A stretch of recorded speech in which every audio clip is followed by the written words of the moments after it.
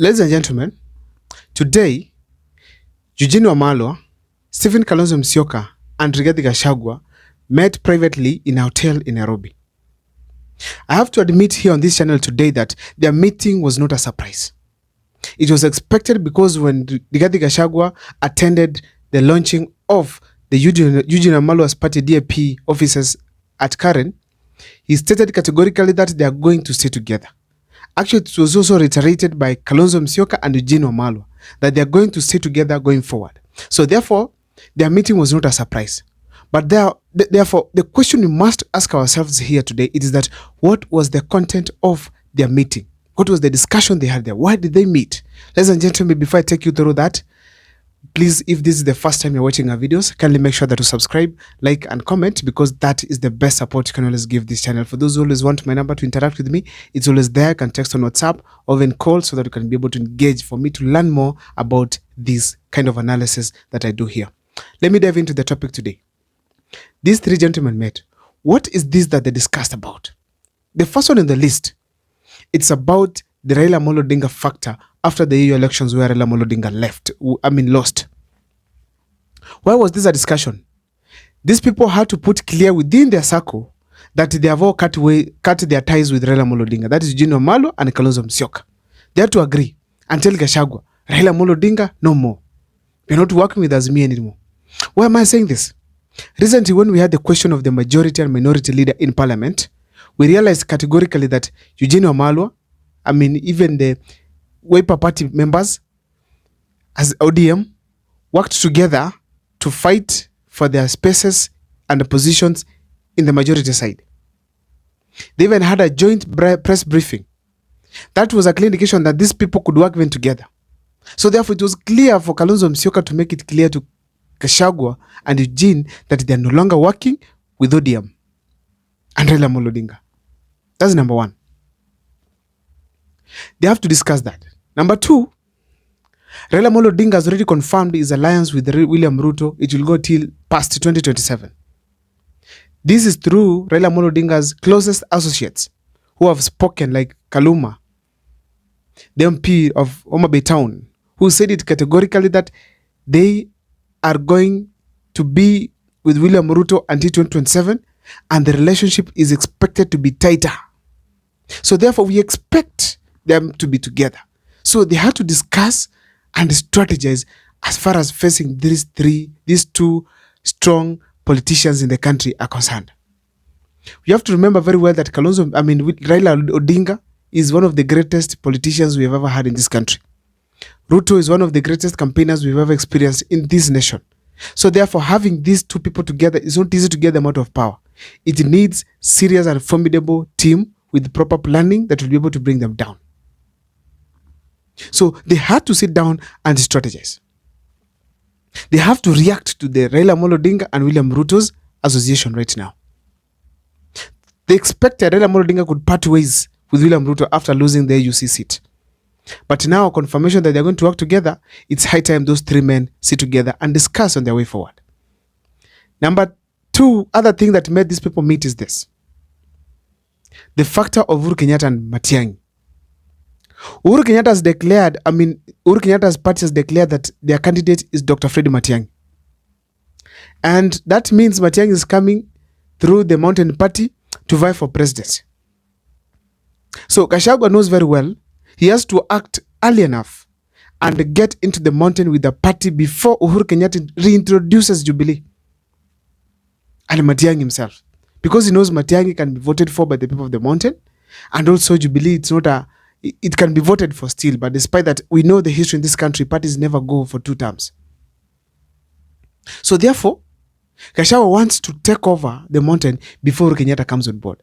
Because if Uhuru Kenyatta comes, that means very well that Gachagua is going to be destabilized completely and his influence will go down and probably will be relevant in the mountain. So he has to ensure that he's either with Uhuru Kenyatta or he's ahead of Uhuru Kenyatta. And that is what he has done with Stephen Kalonzo Musyoka. The only question you have to ask ourselves is whether there's anything that can happen to Kalonzo Musyoka without Uhuru Kenyatta knowing. That is a video of another day. So that's one of the reasons as to why they met today. And the one, it's of course the party launch. The party launch that is going to happen, probably they're expected to come in. That is the Jubilee, the Wiper, and of course the DAP. But the fact remains that it's a concern because you realize Rigathi Gachagua wants to get people from Mukambani, people from Masai, people from the coast, people from Western to come to this party. Now they have to discuss either agree on regions, or even Rigathi also explains to them that Malala coming on board, either maybe as a secretary general of the party, or maybe coming on board as a chairman of the party, or even the deputy party leader. It is not basically that he's going to take over the mountain. The Western region. Western region either could be left for DAP under Eugene, or maybe it's going to be a scramble. So basically, there are so many issues to clarify in this meeting here. But most importantly, they have to agree that where are they going to come for the party launch that Rigathi Gachagua had announced before, which is likely to be pushed even back because of the way the syllabus on politics of this country is moving. It is moving at such a fast rate. Now, those were the top 3 reasons I felt that these people met. But now I'm very sure that Kenyans are asking themselves, can this group, this arrangement of Kalonzo Musyoka, Eugene Wamalwa, and of course Riggy G, be able to be strong enough to get William Ruto out of office? Number 1. Number 2, is this group able to deliver to the people of Kenya better than President William Ruto? That's number 2. Those questions are very pertinent, and Kalonzo Musyoka and his team have to sit down and really ask themselves before even Kenyans get answers. They first get answers for themselves. Why am I saying so?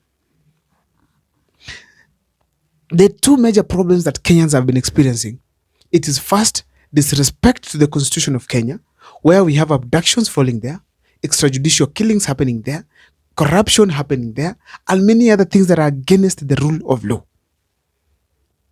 And the Kenyans want a team that, first of all, it is going to respect the rule of law. A team that is going to protect the Constitution of Kenya. A team that respects the freedom of Kenyans, especially freedom of speech. So therefore, the team has to answer that question to themselves. Are they able to deliver the Constitution respect to the people of Kenya? As per to me, if Kalonzo Musyoka is the leader there, I have no doubt that he is able to respect the Constitution of Kenya. Tick for that. However, there's a tough second question that's going to be asked here by Kenyans. Is this group going to deliver services to the people of Kenya? We have to agree that William Ruto was expected to deliver immensely. Remember, he worked under Moi, he worked under Kibaki, he was with Raila Amolo Odinga, he worked under Uhuru Kenyatta, he has now been again with Raila Amolo Odinga, and he has been the deputy president twice in this country for 10 years. So therefore, people expected with this huge experience, he's going to deliver this country to a better place. But unfortunately, Kenyans are disappointed because there's no launch of roads nowadays. There's no construction going on. SHA is not working. We are seeing all over the education funding model is not okay. We are seeing strikes right, left, and center. We are seeing loans being borrowed right, left, and center, and the country is not in a good position as we speak. So therefore, it will be pertinent for this group of Kalonzo Musyoka, Eugene Wamalwa, and Riggy G to ask themselves the question of service delivery. When it comes to service delivery, the 3 of them fail. Why? None of them is able to prove to Kenyans that when I was in this position, I did this and that to the people of Kenya. None of them. On service delivery, when we had Kalonzo Musyoka as a vice president, he cannot even point out one huge project that he initiated as a deputy president, a vice president, that people of Kenya can be able to trust it with him. That if he did this, if he delivered a dam to Kambale region, probably is able to deliver more dams to the rest of the country. If he delivered a road to people in Meru, probably is going to deliver more roads to the rest of the country. Not even a single one. And that is what beats Kalonzo Musyoka. Service delivery to the people of Kenya. Even you look at the MCAs and the MPs and even the governors under him, it's only Mbui who came up as one of the best. But when it comes to gubernatorial seat, we are not seeing anything significant happening in Machakos County. It's just corruption right, left, and center, and poor service delivery. So therefore, to trust Kalonzo Musyoka on service delivery, it is not going to be easy for Kenyans. It's not going to be easy. So therefore, that group is deficient of service delivering person. When it comes to Eugene Wamalwa, people even don't know whether he was an MP at some point. People don't know even which position he was occupying in Uhuru Kenyatta's government. People even have never had any project that Eugene Wamalwa has ever launched in this country. He only feels to be a core principle in this country, but there's nothing significant he's done for the people of Kenya. He cannot point out any form of a law that he proposed even in the National Assembly that later on came to transform this country. Not even one. When you go to Rigiji, he cannot stand here and tell the people of Madera that when he was in power, he did an extraordinary thing, just like Ndindi Nyoro did, just like Babu Wine is doing. He cannot do that. When he was a deputy president in this country, we also know very well that he did not deliver anything significant to the people, either of Mount Kenya or even outside Mount Kenya. So when it comes to the question of service delivery, these people have to sit down and ask themselves such kind of pertinent question. And if they ask themselves this question, there's a simple conclusion that you can make from there. They are deficient of some people. So therefore, the group is not complete. And what does it need? Some individuals to be added on board. Who are these individuals? 3 of them. One, it is George Natembeya from Trans Nzoia.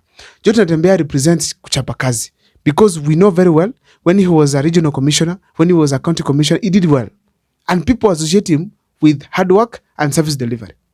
Number 2, that you cannot forget here, it is of course Ndindi Nyoro. He has always been the top performing, or among the top 3 performing members of parliament in the country. The kind of work that is happening at, of course, in Kiharu, it is amazing, and even members of parliament go there to benchmark. That means he's an extraordinary gentleman when it comes to service delivery. And the person here we cannot forget, it is of course Dr. Fred Matiang'i. Matiang'i is known to have performed well when he was a minister. Not when he was a chief cabinet secretary, when he was a minister. And that means very well that Matiang'i as an individual, he needs to be in that team to attract people who want service delivery to the people of Kenya. Because people ask themselves, yes, you've taken Ruto out. Will these people be able to deliver services? That's a pertinent question that people are going to ask themselves. When it comes to the issue of numbers, issue of courage, these people possess. But when it comes to service delivery and respect the rule of law, those are very pertinent things that the people are asking. And that group, that arrangement of Rigathi Gachagua, Kalonzo Musyoka, and DGG and Wamalwa must answer. Thank you so much for watching my video. My name is Abel Mkwa. That is my tech. Let me see in the comment section whether this group is able to manage to face William Ruto, and most importantly, offer solutions to some of the Kenyan problems that you've experienced under this current regime. For those who would like to get in touch with me, my number is always here. For those who want to support the channel, my number is there as well, and you can always come through anytime that you can. Thank you so much. See you next time for more videos.